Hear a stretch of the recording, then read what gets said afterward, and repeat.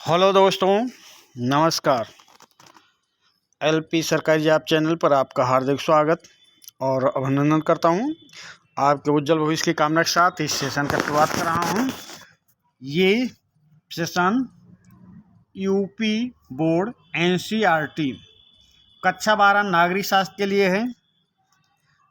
इस चैनल पर नागरिक शास्त्र कक्षा 12 के संपूर्ण कोर्स की विधिवत तैयारी सप्ताह में 2 दिन शनिवार और रविवार को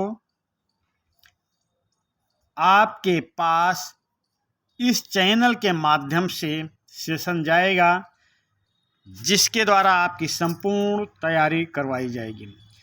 किसी एक अध्याय को कई सेशन में भेजकर आपकी तैयारी करवाई जाएगी। इस चैनल पर नागरिक शास्त्र कक्षा 12, इतिहास कक्षा 12 और हाई स्कूल कक्षा 10 की संपूर्ण तैयारी करवाई जाएगी, जिसमें हफ्ते में 2 दिन कक्षा 12 नागरिक शास्त्र, हफ्ते में 2 दिन सोमवार मंगलवार कक्षा 12 इतिहास, बुधवार को कक्षा 10 सामाजिक विज्ञान, बृहस्पतिवार को कक्षा 11 नागरिक शास्त्र और शुक्रवार को कक्षा 12 इतिहास का सेशन आपके पास जाएगा। तो ये तो रही कि किस हिसाब से किस दिन किस विषय का सेशन आपके पास आएगा।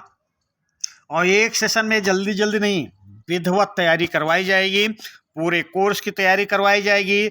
जब पेपर नज़दीक आएगा तो आपके पास मॉडल पेपर भेजकर और एग्ज़ाम की उस हिसाब से तैयारी करवाई जाएगी। तो अभी खंड का समकालीन विश्व राजनीति के अध्याय एक कौन सा है? शीत युद्ध का दौर।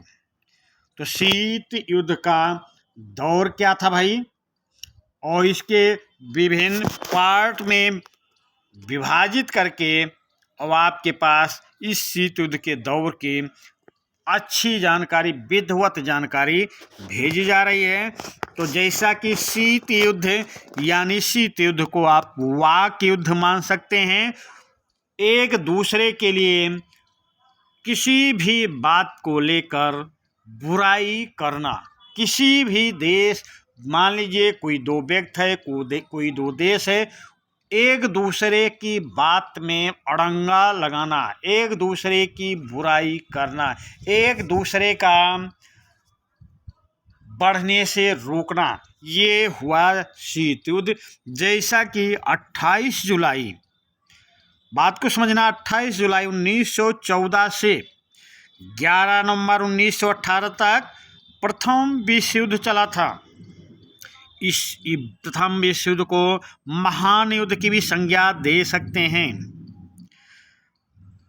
जबकि द्वितीय विश्व युद्ध 1 सितंबर 1939 से 1945 यानी नागासाकी और हिरोशिमा पे जब बम गिराया गया था, हिरोशिमा पे 6 अगस्त और नागासाकी पे 9 अगस्त को जब बम गिराया गया था, उसके साथ द्वितीय विश्व युद्ध समाप्त हुआ था। अब यहाँ पे द्वितीय विश्व युद्ध की समाप्ति के पश्चात उपनिवेशवाद के बंधन से देश मुक्त हुए। 1945 में द्वितीय विश्व युद्ध के समाप्त हो जाने के बाद समकालीन विश्व में शीत युद्ध के दौर की शुरुआत हुई।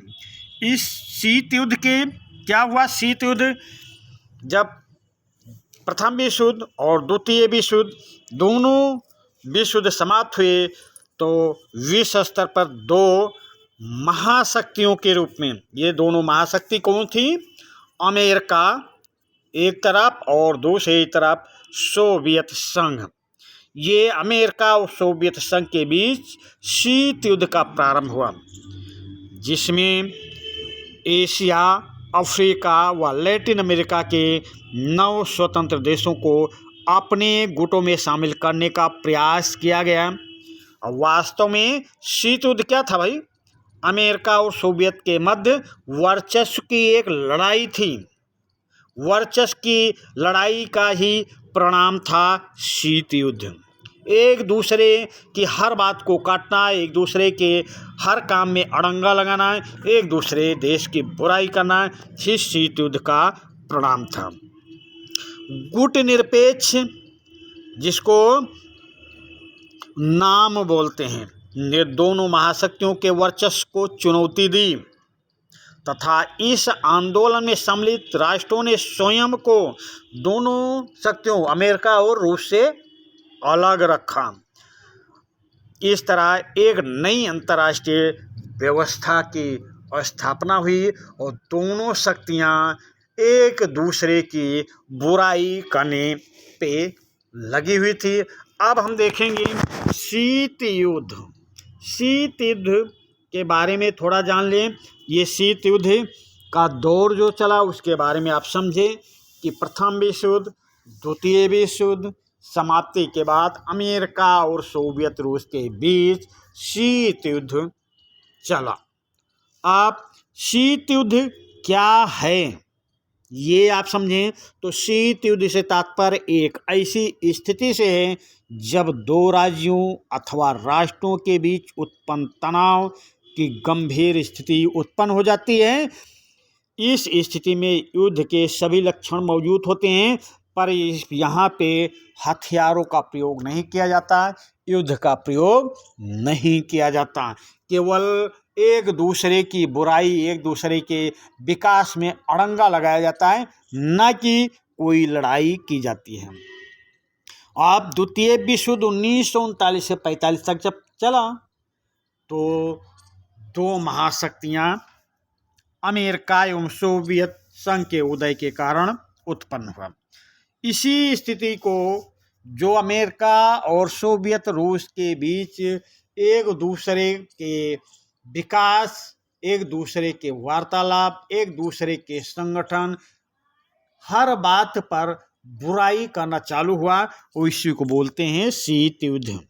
शीत युद्ध ने कभी युद्ध का स्वरूप ग्रहण नहीं किया, जैसा कि बोल रहा हूँ, केवल वार्ता द्वारा, अड़ंगा द्वारा एक दूसरे के विकास को रोकने का एक माध्यम रखा गया। शीत युद्ध में लड़ाई नहीं चालू हुई। क्यों नहीं हुई?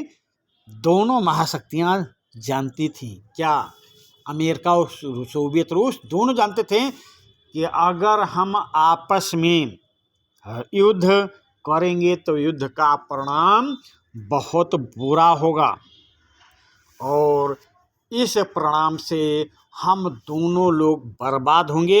इसलिए दोनों शक्तियां शीत युद्ध के दौरान धैर्य का परिचय दिया और शीत युद्ध में दो शक्तिशाली अमेरिका और सोवियत संघ गुट शामिल थे।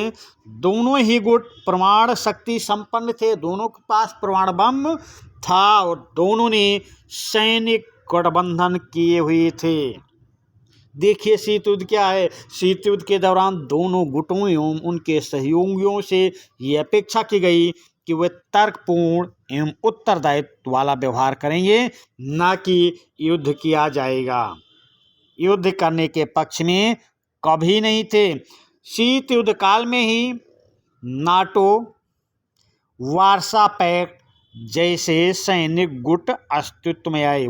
नाटो और वार्सा पैक्ट जैसे सैनिक गुट अस्तित्व में आए। अब शीत युद्ध के कारण क्या थे? शीत युद्ध क्यों हुआ? शीत युद्ध का कारण, तो शीत युद्ध के मुख्य कारण थे परमाणु बम का आविष्कार। दोनों महाशक्तियों के पास परमाणु बम था, आप समझ चुके। तो इस परमाणु बम का आविष्कार शीत युद्ध के प्रमुख कारणों में एक था, क्योंकि दोनों के अंदर ये घमंड था, वहम था कि यदि हम से कोई टकराएगा तो हम परमाणु बम का प्रयोग करेंगे। पर साथ में धैर्य भी दिखाते जा रहे हैं। अमेरिका तथा ब्रिटेन परमाणु बम की तकनीक को गुपचुप तरीके से प्राप्त कर चुके थे और सोवियत संघ को इसकी जानकारी मिल गई और जानकारी जब मिलते ही वह अमेरिका से नाराज हो गया। भाई गुप्त तरीके से एक दोस्त परमाणु बम बना लिया तो दूसरे को लगेगा ना कि ये परमाणु बम बना लिया और हम ऐसे रह गए, ये कभी भी हमें दबा सकते हैं। कोई दोस्त हो, एक जब गुपचुप तरीके से अपनी शक्ति बढ़ाना चाहेगा तो दूसरा ही सोचे ना कि हमें कमजोर करेंगे, कभी भी हमारे ऊपर वार कर सकते हैं। तो क्षुब्ध हो गया तथा दोनों महाशक्तियों के बद्ध दोनों एक दूसरे के विरुद्ध हो गए, दोनों के मध्य वैमनस्य हो गया। और आगे सोवियत संघ ने द्वितीय विश्व युद्ध के दौरान ही यूएसए अमेरिका, बात को समझना, यहाँ पे अमेरिका की आलोचना करना शुरू कर दिया था। पत्र पत्रिकाओं में यूएसए विरोधी लेख और समाचारों को प्रमुखता दी जाने लगी।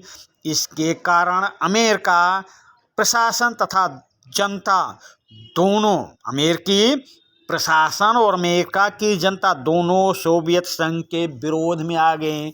वहाँ का शासन तंत्र और जनतंत्र दोनों सोवियत संघ के विरोध में आ गए और शीत युद्ध चालू हो गया। 1948 में सोवियत संघ ने बर्लिन की घेराबंदी शुरू कर दी। भाई इस बात को लेकर पश्चिमी देशों का क्या मानना था कि यह कार्रवाई शांतिपूर्ण स्थापना को जल्द ही समाप्त कर देगी। जो शांति बनी है वो शांति छिन्न भिन्न हो जाएगी और इस कारण शीत युद्ध शुरू हो गया।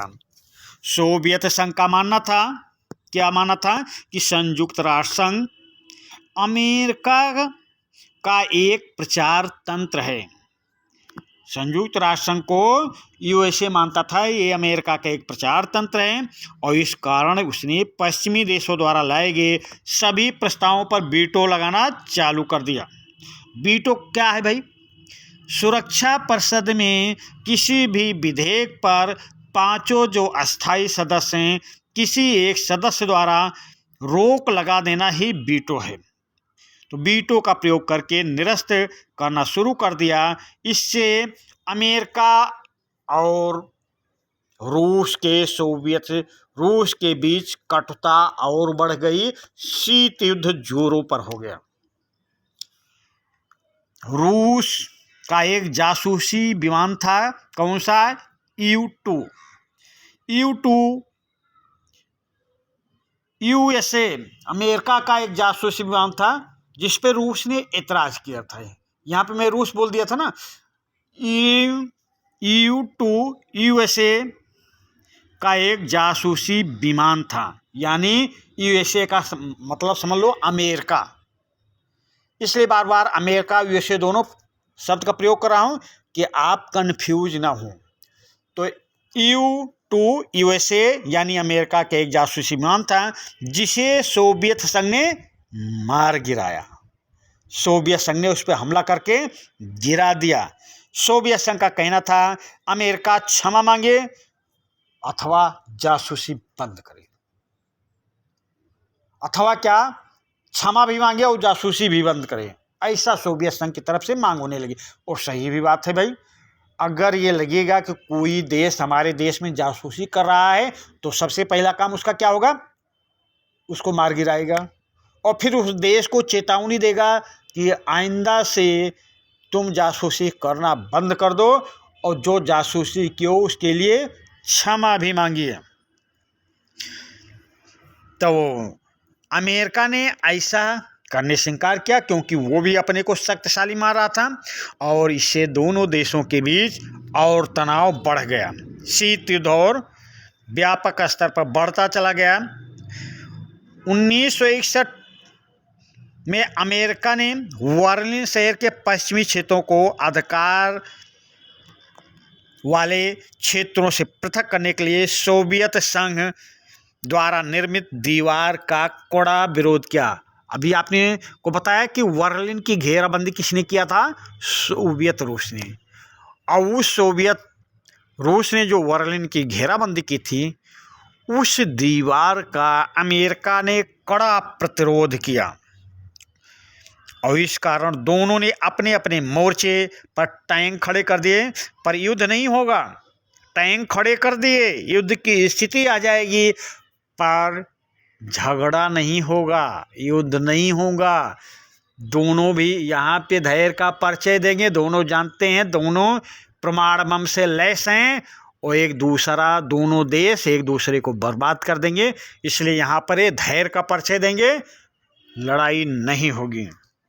1965 के भारत पाक युद्ध में भारत तथा पाकिस्तान के मध्य सोवियत संघ ने मध्यस्थता की भूमिका निभाई, जो क्या हुआ, अमेरिका को पसंद नहीं थी।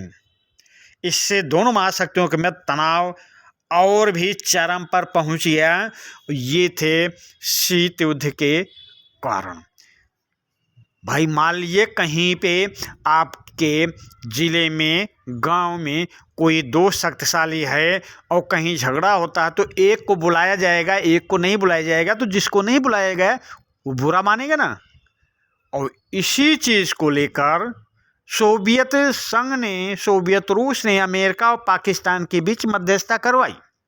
तो अमेरिका को बुरा लग गया, और बुरा लगा तो और शीत युद्ध चरम पर हो गया। अब शीत युद्ध चालू हुआ। शीत युद्ध समझे क्यों हुआ ये समझे। अब शीत युद्ध के परिणाम क्या हुए, शीत युद्ध का क्या परिणाम निकला, इस पर देखेंगे। तो एक तो शीत युद्ध के कारण नाटो की स्थापना हुई थी। कब? अप्रैल 1949 में। अप्रैल 1949 में नाटो की स्थापना होती है। 12 देश, ये एक 12 देशों का संगठन था। नाटो 12 देशों का संगठन था और सभी देशों ने मिलकर ये संकल्प लिया कि इन देशों में से किसी एक पर भी हमला होता है तो उससे संगठन में शामिल सभी देश पर हमला हुआ माना जाएगा। एक बात समझिए, ये 12 देश आपस में समझौता किए कि अगर किसी एक देश के ऊपर हमला होता है तो इस सभी देशों के ऊपर हमला हुआ माना जाएगा और सभी मिलकर उस शक्ति से निपटेंगे, उस शक्ति का मुकाबला करेंगे, उस शक्ति को परास्त करेंगे। यदि हम जो 12 देश हैं इस पे कोई भी हमला होता है तो उसका मुंह तोड़ जवाब देंगे। फिर दूसरा क्या हुआ था? Warsaw pact. वार्सा पैक्ट कब हुआ? 1955 में। नाटो की स्थापना के जवाब में भाई सोवियत संघ भी कुछ करेगा ना, उधर अमेरिका नाटो की स्थापना कर दिया तो इधर रूस क्या करेगा? वार्सा पैक्ट का 1955 में नाटो की स्थापना के जवाब में सोवियत रूस ने वार्सा पैक्ट संधि की स्थापना की और जिसका मुख्य उद्देश्य नाटो में शामिल देशों का यूरोप से सामना करना था। जिसका मुख्य उद्देश्य क्या था? नाटो में शामिल देशों का यूरोप में सामना करना था। कितने देश शामिल थे? 12 देश। आप शक्ति प्रदर्शन एवं गठबंधन, अब दोनों शक्तियों के बीच शीत युद्ध चल रहा है तो शक्ति प्रदर्शन भी होगा। एक दूसरे देशों को अपने पक्ष में मिलाने का भी प्रयास किया जाएगा। तो शीत युद्ध के दौरान दोनों महाशक्तियों ने विभिन्न देशों को अपने अपने गुटों में शामिल करने का प्रयास किया, सख्त प्रदर्शन किया। सोवियत संघ ने यूरोप में हस्तक्षेप करते हुए इस क्षेत्र में अपनी विशाल सेना की उपस्थिति को दर्शाया, जिससे पूर्वी यूरोप का हिस्सा उसके प्रभाव में बना रहे। फिर अमेरिका ने भी कुछ किया है। अमेरिका ने अपनी शक्ति का प्रदर्शन दक्षिणी पूर्व एशिया में दक्षिण पूर्व एशियाई संधि संगठन, एशिया में केंद्रीय संधि संगठन की स्थापना कर दिया। अब अमेरिका क्या कर रहा है? अमेरिका शीटो एवं सेंटो के पक्ष में, सोवियत संघ एवं साम्यवादी चीन ने उत्तरी वियतनाम, उत्तरी कोरिया एवं इराक के साथ अपने संबंधों को दृढ़ता प्रदान की। अब अमेरिका का एक संगठन शीटो, और इसमें से इराक जब निकल गया था ना तो उसी का नाम हो गया था सेंटो, के पक्ष में सोवियत संघ एवं सामरिक चीन ने उत्तरी वियतनाम तथा उत्तरी कोरिया एवं इराक के साथ, इराक निकल आया है ना भाई, तभी सीटों का नाम सेंटो हो गया है, दृढ़ता प्रदान की। आप और पॉइंट दे सकते हैं, 9 स्वतंत्र देशों की चिंता, 9 स्वतंत्र देशों की चिंता। नए, इस समय संपूर्ण विश्व 2 पक्षों में विभाजित हो रहा था। ऐसी परिस्थिति में उन देशों को जिन्होंने हाल ही में ब्रिटेन एवं फ्रांस से स्वतंत्रता प्राप्त की थी, उन्हें आशंका थी कि वे अपनी आज़ादी को खोना बैठे। भाई भारत अभी मान लीजिए नया नया स्वतंत्र हुआ है, और इन दोनों के परमाणु बम से लैस दोनों देशों की आपसी लड़ाई में कहीं भारत न पिस जाए, कहीं भारत की स्वतंत्रता न छिन जाए, कहीं भारत के ऊपर आक्रमण न हो जाए, कहीं भारत को आक्रमण में शामिल होने के लिए बाध्य न किया जाए। तो जो नए स्वतंत्रता प्राप्त देश थे, उनको इसकी चिंता होने लगी, कहीं हमारे ऊपर भी इसका प्रभाव ना पड़े। आप अमेरिका और रूस के बीच चल रहा था, ये दोनों महाशक्तियां, तो महाशक्तियों में मुठभेड़ की स्थिति, मुठभेड़ नहीं होगा, लड़ाई नहीं होगी, बार बार बोल रहा हूं, शीत युद्ध का मतलब लड़ाई नहीं। दोनों महाशक्तियां कोरिया, बर्लिन एवं कांगो तथा कई अन्य स्थानों पर सीधे सीधे मुठभेड़ की स्थिति में आ गई थीं। ये कोरिया में कब 1950 से 53 के बीच में दोनों शक्तियां आपस में मुठभेड़ की स्थिति में आ गई थी, पर लड़ाई नहीं हुई। 1958 से 62 के बीच बर्लिन के मुद्दे पर बर्लिन में दोनों महाशक्तियां मुठभेड़ की स्थिति में आ गई, लड़ाई नहीं हुई। फिर 1960 के दशक में कांगो में दोनों शक्तियां आमने सामने मुठभेड़ की स्थिति में आईं, पर झगड़ा नहीं हुआ, क्योंकि दोनों देश परमाणु बम से लैस हैं। दोनों जानते हैं कि हम दोनों के लिए घातक है अगर एक दूसरे के ऊपर वार करते हैं तब। आप शीत युद्ध का परिणाम देख लिया। अब शीत युद्ध का अंतर्राष्ट्रीय संबंधों पर क्या प्रभाव पड़ा? शीत युद्ध का अंतर्राष्ट्रीय संबंधों पर क्या प्रभाव पड़ा, ये देखना है। तो शीत युद्ध में वैचारिक घृणा, राजनीतिक अविश्वास, कूटनीतिक जोड़ तोड़, सैनिक प्रतिस्पर्धा, जासूसी जैसे तत्वों का समावेश था, जिसका अंतर्राष्ट्रीय राजनीतिक संबंधों पर व्यापक प्रभाव पड़ा। और इन प्रभावों की चर्चा हम विभिन्न बिंदुओं के माध्यम से कर सकते हैं। तो हम विभिन्न बिंदुओं के माध्यम से आपको समझा रहे हैं और उनको समझने का प्रयास करेंगे। जैसे सैन्य गठबंधनों का उदय, तो शीत युद्ध के दौरान क्या होगा, वैश्विक स्तर पर सैन्य गठबंधनों का उदय हुआ। 1949 में यूएसए के नेतृत्व में नाटो नामक सैन्य संगठन सामने आया। यूएसए ने तीसरी दुनिया के देशों में साम्यवाद का प्रसार करने से रोक दिया, और उस प्रसार को, साम्यवाद के प्रसार को रोकने के लिए उसने क्या किया, सीटो और सेंटो जैसे सैन्य समझौतों को क्रमशः 1954 और 1958 में बदल दिया। इसके तहत सदस्य देशों को सैनिक व अन्य प्रकार की सुरक्षा की गारंटी दी गई। तो ये सैन्य संगठनों का उदय हुआ भाई। दूसरा, शस्त्रीकरण में वृद्धि।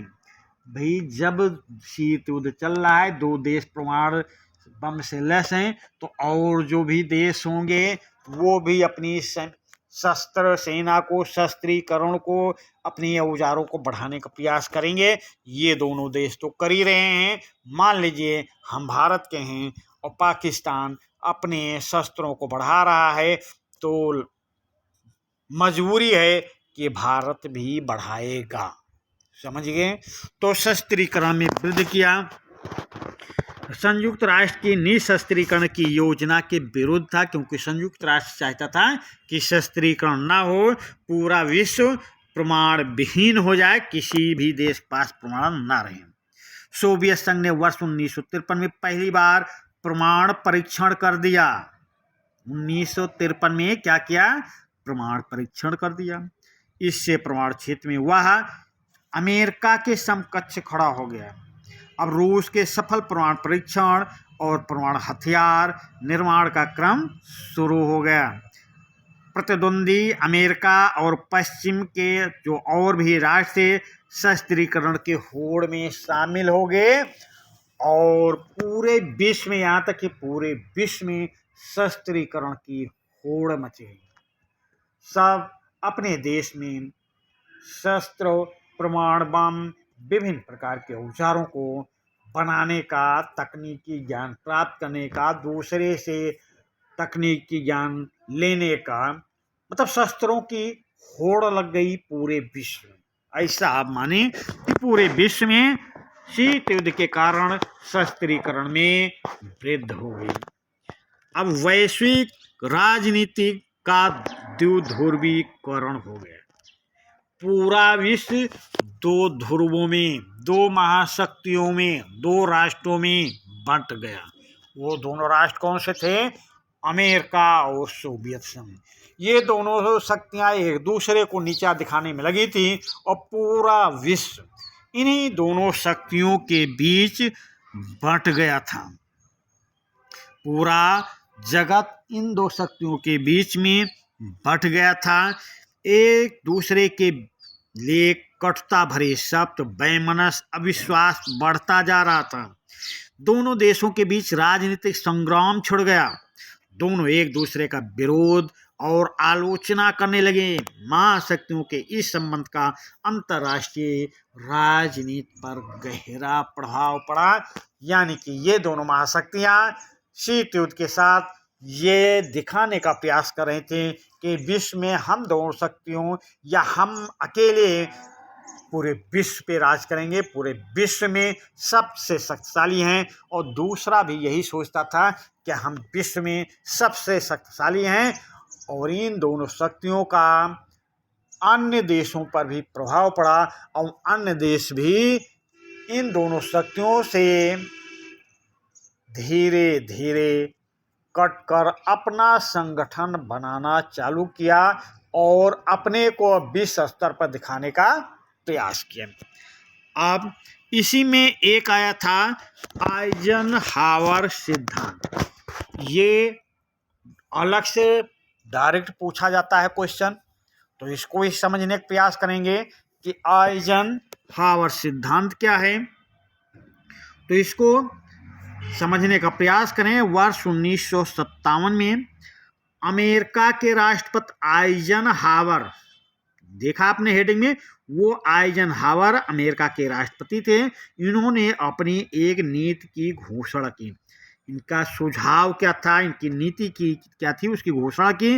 और उस नीति के अनुसार अमेरिकी कांग्रेस में राष्ट्रपति को पश्चिम एशिया के किसी भी राष्ट्र के साम्यवाद आक्रमण को रोकने हेतु अपने विवेक के अनुसार सैन्य कार्रवाई करने का अधिकार दे दिया गया।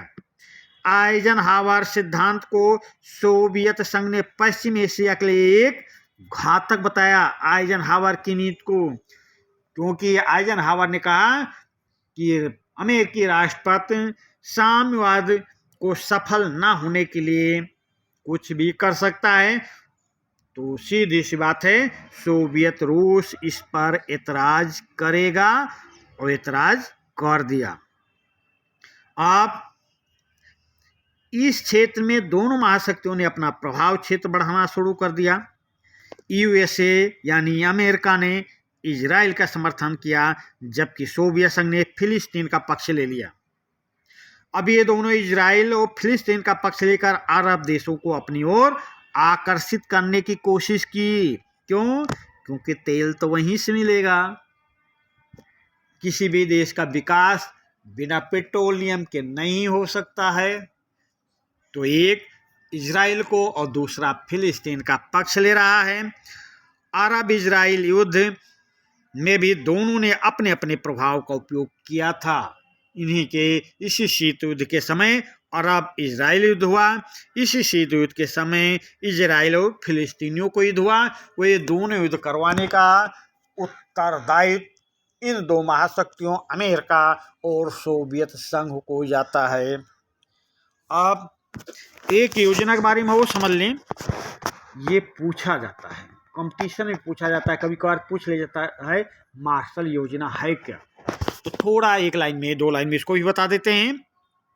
मार्शल योजना की शुरुआत कब हुई थी? 1945 में, द्वितीय विश्व युद्ध के बाद। मार्शल योजना की शुरुआत द्वितीय विश्व युद्ध के बाद 1945 में हुई। इस युद्ध ने यूरोप के देशों से मेल मिलाप को बढ़ावा दिया। जो यूरोपीय देश थे वो आपस में मेल मिलाप की ओर अग्रसर हुए और इसी समय अमेरिका ने यूरोप की अर्थव्यवस्था के पुनर्गठन में व्यापक स्तर पर मदद की। यानी अमेरिका ने यूरोप की मदद की, सीधी सी बात ये समझना है। और इसी सहायता को मार्शल योजना कहते हैं, जो अमेरिका ने यूरोप को मदद की, सहायता की। इसी मदद या सहायता को कहा जाता है मार्शल योजना। आप तृतीय विश्व युद्ध व गुटनिरपेक्ष आंदोलन, ये क्या है भाई? तृतीय विश्व युद्ध या गुटनिरपेक्ष आंदोलन, इसके बारे में थोड़ा बहुत समझ लेते हैं। द्वितीय विश्व युद्ध के पश्चात विश्व की राजनीति में दो ध्रुवीकरण के दौरान एशिया एवं अफ्रीका के बहुत से नव स्वतंत्र देशों ने यह फैसला किया कि वे किसी भी शक्तिशाली के गुट में शामिल नहीं होंगे। ना अमेरिका के गुट में शामिल होंगे, ना सोवियत रूस के गुट में शामिल होंगे। ये देश अपनी राजनीतिक स्वतंत्रता को सुरक्षित कर अपना आर्थिक विकास सुनिश्चित करना चाहते थे और इस प्रकार गुट निरपेक्षता ने एशिया, अफ्रीका एवं लैटिन अमेरिका के नव स्वतंत्र देशों को एक तीसरा विकल्प दिया। बोलते हैं तीसरा विश्व क्या है, ऐसा बहुविकल्पी प्रश्न में भी आ सकता है। तीसरा विश्व क्या है? तो आप ये समझिए कि तीसरा विश्व क्या है? एशिया, अफ्रीका और लैटिन अमेरिका के नव स्वतंत्र देशों को तीसरा विश्व कहा जाता है। आप नई अंतर्राष्ट्रीय व्यवस्था की मांग की अवधारणा का जन्म हुआ। क्यों जन्म हुआ? क्योंकि शीत युद्ध के परिणाम से उभरी गुट निरपेक्ष आंदोलन में शामिल अधिकांश देशों को अल्प विकसित देश का दर्जा दिया गया। इनके सामने मुख्य चुनौती क्या थी? आर्थिक विकास और अपनी जनता को गरीबी से उबारना था। वर्ष 1972 में संयुक्त राष्ट्र संघ के व्यापार और विकास से संबंधित सम्मेलन ने एक रिपोर्ट प्रस्तुत की गई। इस रिपोर्ट के कुछ बिंदु थे। इन राष्ट्रों की अंतर्राष्ट्रीय आर्थिक समस्याओं में भूमिका में वृद्धि आदि की सिफारिश की गई। अल्प विकसित राष्ट्रों को अपने प्राकृतिक संसाधनों पर नियंत्रण, अल्प विकसित राष्ट्रों को पश्चिमी देशों के बाजारों तक पहुंच। अब ये शीत युद्ध समाप्त कैसे होगा? तो शीत युद्ध के समाप्त के लिए दोनों महाशक्तियों में एक का कमजोर हो जाए तभी शीत युद्ध समाप्त सकता है। कोई एक, अमेरिका या सोवियत रूस, कोई एक कमजोर पड़ जाए तब शीत युद्ध समाप्त होगा। तो अब ये शीत युद्ध का प्रभाव क्या हुआ? शीत युद्ध का प्रभाव क्या हुआ भाई? तो शीत युद्ध के जैसे बताया अंतर्राष्ट्रीय संबंधों पे क्या प्रभाव हुआ, फिर शीत युद्ध का प्रभाव क्या हुआ सोवियत संघ का 1991 में मिखाइल गोर्बाचेव का तख्ता पलट दिया गया। कब? 1991 में सोवियत संघ प्रमुख कौन थे? मिखाइल गोर्बाचेव का तख्ता पलट दिया गया और इसके सभी गणराज्यों ने अपनी स्वायत्तता की मांग रखी। परिणाम स्वरूप 1991 में इसके सभी गणराज्य स्वतंत्र हो गए और सोवियत संघ का विघटन हो गया। सोवियत संघ का विघटन हो गया। अब कब हुआ है? 1991 में सन जरूर याद रखना। सोवियत संघ का विघटन कब हुआ? 1991 में। अब इसके सभी गणराज्य स्वतंत्र हो गए थे, सोवियत संघ का विघटन हो गया था। अब जो सोवियत संघ था वो केवल रूस रह गया। इस घटना के कारण शीत युद्ध के अंत का समय आ गया। ये सोवियत संघ का विघटन शीत युद्ध के अंत का एक महत्वपूर्ण कारण बन गया। समझ गए? सोवियत संघ का विघटन हुआ, शीत युद्ध की समाप्ति चालू। अब शीत युद्ध की समाप्ति के वर्षों में, मतलब कई सालों में, 1885 से 1991, 1985 से 1991 में अंतर्राष्ट्रीय राजनीति के तनाव केंद्रों में कमी आई और संकटपूर्ण समस्याओं का हल खोजना अपेक्षाकृत आसान हो गया। अब महाशक्ति के रूप में सोवियत संघ के पतन के साथ ही विश्व एक ध्रुवीय विश्व की ओर अग्रसर हो गया। 2 ध्रुवीय था, अब सोवियत संघ का विघटन हो गया 1991 में। ये कई राज्यों में विघटित हो गया।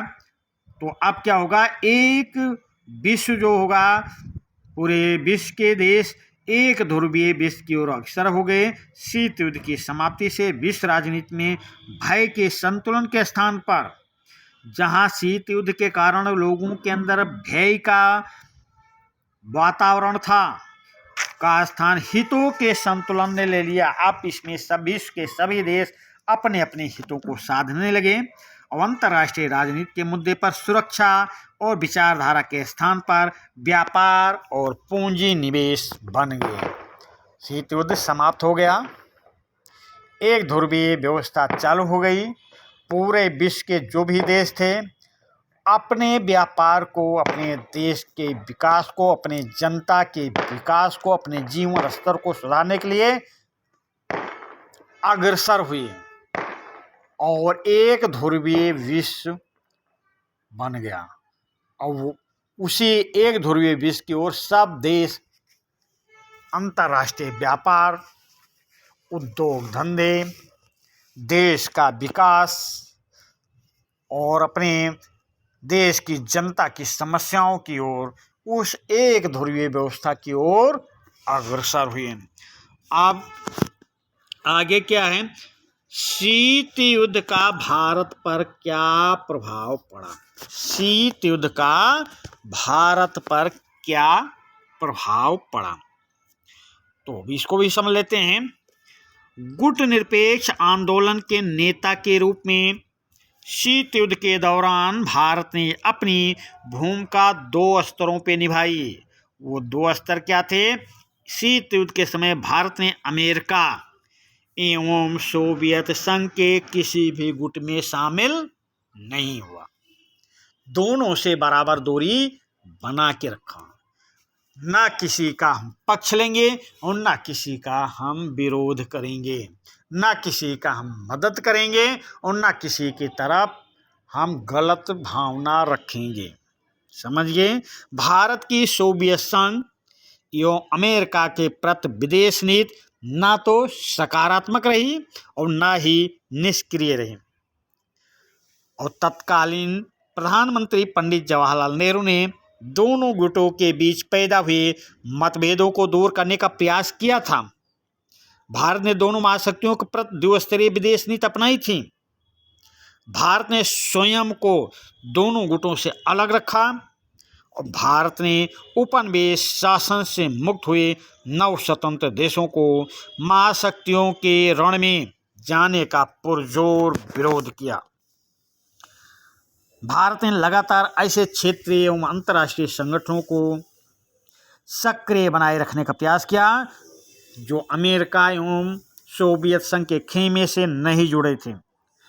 गुटनिरपेक्षता की नीति ने भारत के हितों में वृद्धि की।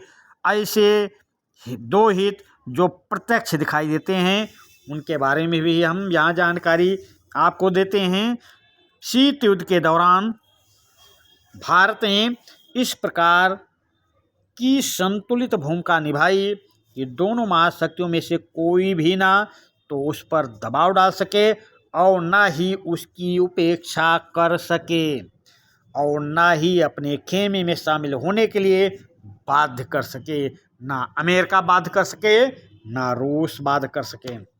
और दूसरा, गुट निरपेक्षता नीति के कारण ही भारत ऐसे फैसले लेने में सक्षम रहा जो उसके हितों से संबंधित हो, न कि दोनों गुटों में उलझे।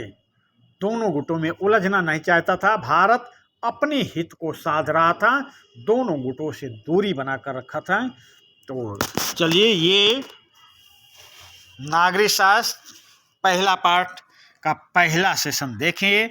अब दूसरे सेशन में देखेंगे द्विध्रुवीय के बारे में, उदय क्या हुआ, कैसे हुआ, क्यूबा मिसाइल संकट के बारे में हम समझेंगे, गुट निरपेक्ष आंदोलन एवं गुट निरपेक्ष का सूत्रपात कैसे हुआ और इसका अर्थ क्या है, उद्देश्य क्या है और इसमें भारत का योगदान क्या है और इसकी विशेषताएं, ये सब जैसा कि आपको बताया हूँ कि हफ्ते में 2 दिन शनिवार और रविवार को नागरिक शास्त्र का एक सेशन जाएगा। तो हफ्ते में 2 दिन और या मान लीजिए 4 सेशन जाएगा तो 4 सेशन से कम में पाठ नहीं हो पाएगा। 4 से 5 सेशन हमारा उद्देश्य है कि आप विधिवत समझ लें, पाठ को विस्तार पूर्वक पाठ को समझ लें। तो ये नहीं देखना कि सेशन ज़्यादा आ रहे हैं, हम कोर्स आपका सही समय से पूरा करवाएंगे। और ये अभी से पेपर की तैयारी मानकर चलिए। कहीं से भी बोर्ड में क्वेश्चन पूछ ले तो आपसे कोई अछूता ना रहे। हम ऐसी पूरे पाठ से जानकारी दे रहे हैं, पूरे पाठ से आपको पढ़ा रहे हैं, पूरे पाठ की विधिवत व्याख्या कर रहे हैं। आपका कोई भी क्वेश्चन गलत नहीं होगा और आप अच्छा करके आएंगे। तो ये ध्यान नहीं देना कि इस पाठ से तो इतने सेशन आए, क्योंकि जब सही और विधिवत जानकारी होगी तो सेशन बढ़ेंगे। और बहुत बड़ा सेशन करने का उद्देश्य नहीं है, क्योंकि आप भी उब जाते हैं और मैं भी बनाते वक्त उब जाता हूँ। तो छोटे सेशन पर कई सेशन में एक पार्ट कंप्लीट होगा और इस पाठ के अंत में बहुविकल्पी, लघु उत्तरीय, दीर्घ उत्तरीय वो सब आपके पास भेजेंगे। बस आप देखते जाइए और जो आपके दोस्त हों, जो पढ़ रहे हों कक्षा 11, 12, 10 में, उनको समझाने का प्रयास करें, उनके पास शेयर करें कि विधिवत रूप से तैयारी की जा रही है। ये नहीं कि उसमें हम आपको झूठी अफवाहों से अवगत कराते रहें और आपको लालच देते रहें। कुछ नहीं, हम सीधा टॉपिक पे पढ़ाते हैं, टॉपिक ही बताते हैं, वो आपके पाठ की विधिवत जानकारी देते हैं। इधर उधर की झूठी बातों में मुझे विश्वास नहीं है। जो सही रूप से आपको समझ में आए हम उस पर काम करते हैं। तो चलिए, अब इसी के साथ हम इस सेशन का समापन करते हैं। अगले सेशन में फिर हम आपसे मिलेंगे। धन्यवाद।